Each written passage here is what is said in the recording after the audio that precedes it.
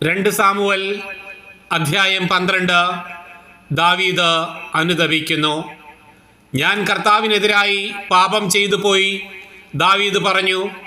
Nathan പറഞ്ഞു, കർത്താവ് നിന്റെ പാപം ക്ഷമിച്ചിരിക്കുന്നു, നീ മരിക്കുകയില്ല. എങ്കിലും ഈ പ്രവൃത്തി കൊണ്ട് നീ കർത്താവിനെ അവഹേളിച്ചതിനാൽ നിന്റെ കുഞ്ഞ് മരിച്ചു പോകും. നാഥാൻ വീട്ടിലേക്ക് മടങ്ങി. ഊറിയായുടെ ഭാര്യ പ്രസവിച്ച ദാവീദിന്റെ കുഞ്ഞിന് കർത്താവിൻ്റെ പ്രഹരമേറ്റു. അതിന് രോഗം പിടിപെട്ടു. കുഞ്ഞിനു വേണ്ടി ദാവീദ് ദൈവത്തോട് പ്രാർത്ഥിച്ചു. അവൻ ഉപവസിച്ചു. രാത്രി മുഴുവൻ മുറിയിൽ നിലത്ത് കിടന്നു. കൊട്ടാരത്തിലെ ശ്രേഷ്ഠന്മാർ അവനെ നിലത്ത് നിന്ന് എഴുന്നേൽപ്പിക്കാൻ ശ്രമിച്ചു. അവനത് കൂട്ടാക്കിയില്ല. അവരോടൊത്ത് ഭക്ഷണം കഴിച്ചുമില്ല. 7-ാം ദിവസം കുഞ്ഞു മരിച്ചു. ദാവീദിനോട് വിവരം പറയാൻ സേവകന്മാർ ഭയപ്പെട്ടു.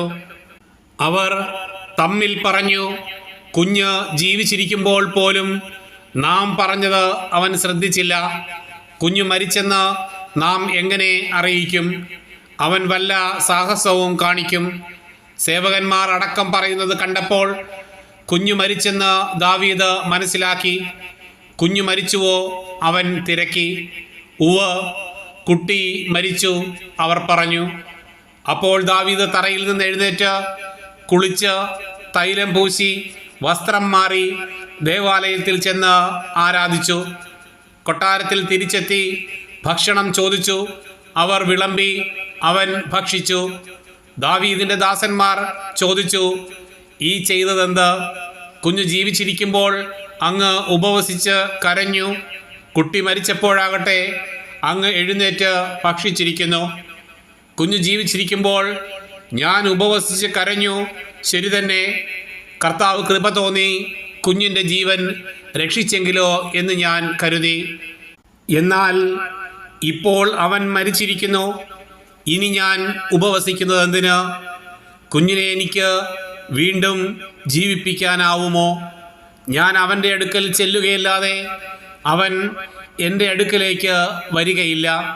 പിന്നെ ദാവീദ് തൻ്റെ ഭാര്യ ബേത്ശബായെ ആശ്വസിപ്പിച്ചു. അവൻ അവളെ പ്രാപിച്ചു. അവളൊരു മകനെ പ്രസവിച്ചു. ദാവീദ് അവന് സോളമൻ എന്ന് പേരിട്ടു. കർത്താവ് അവനെ സ്നേഹിച്ചു. നാഥാൻ കർത്താവിൻ്റെ നിർദ്ദേശമനുസരിച്ച് അവന് യെദീദിയ എന്ന് പേരിട്ടു. യോവാബ് അമ്മോന്യരുടെ റബ്ബ ആക്രമിച്ചു. രാജകീയ പട്ടണം പിടിച്ചെടുത്തു. അവൻ ദൂതന്മാരെ അയച്ച് ദാവീദിനോട് പറഞ്ഞു, ഞാൻ റബ്ബ ആക്രമിച്ച് അവിടുത്തെ ജലസംഭരണികൾ കൈവശപ്പെടുത്തിയിരിക്കുന്നു. ബാക്കി സൈന്യത്തെ നയിച്ച് നഗരം വളഞ്ഞ് നീ തന്നെ അത് പിടിച്ചടക്കുക. അല്ലെങ്കിൽ നഗരം ഞാൻ പിടിച്ചടക്കുകയും അത് എൻ്റെ പേരിൽ അറിയപ്പെടാൻ ഇടയാവുകയും ചെയ്യുമല്ലോ. അതുകൊണ്ട് ദാവീദ് സൈന്യത്തെ നയിച്ച് റബ്ബായിലെത്തി നഗരം പിടിച്ചടക്കി. അവൻ അവരുടെ രാജാവിൻ്റെ കിരീടം തലയിൽ നിന്നെടുത്തു. 1 താലന്ത് സ്വർണം കൊണ്ടുള്ളതായിരുന്നു അത്. ഒരു രത്നവും അതിൽ പതിച്ചിരുന്നു. ദാവീദ് ആ കിരീടം അണിഞ്ഞു. അവൻ പട്ടണത്തിൽ നിന്ന് ധാരാളം കൊള്ളവസ്തുക്കളും കൊണ്ടുപോന്നു.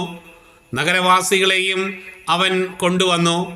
അറക്കവാൾ, മൺവെട്ടി, കോടാലി എന്നിവ കൊണ്ട് പണിയെടുപ്പിച്ചു. ഇഷ്ടികച്ചൂളയിലും അവരെ ജോലിക്കാക്കി. മറ്റ് അമ്മോന്യ നഗരങ്ങളോടും ദാവീദ് ഇങ്ങനെ ചെയ്തു. അതിനുശേഷം ദാവീദും ആളുകളും ജെറുസലേമിലേക്ക് മടങ്ങിപ്പോന്നു.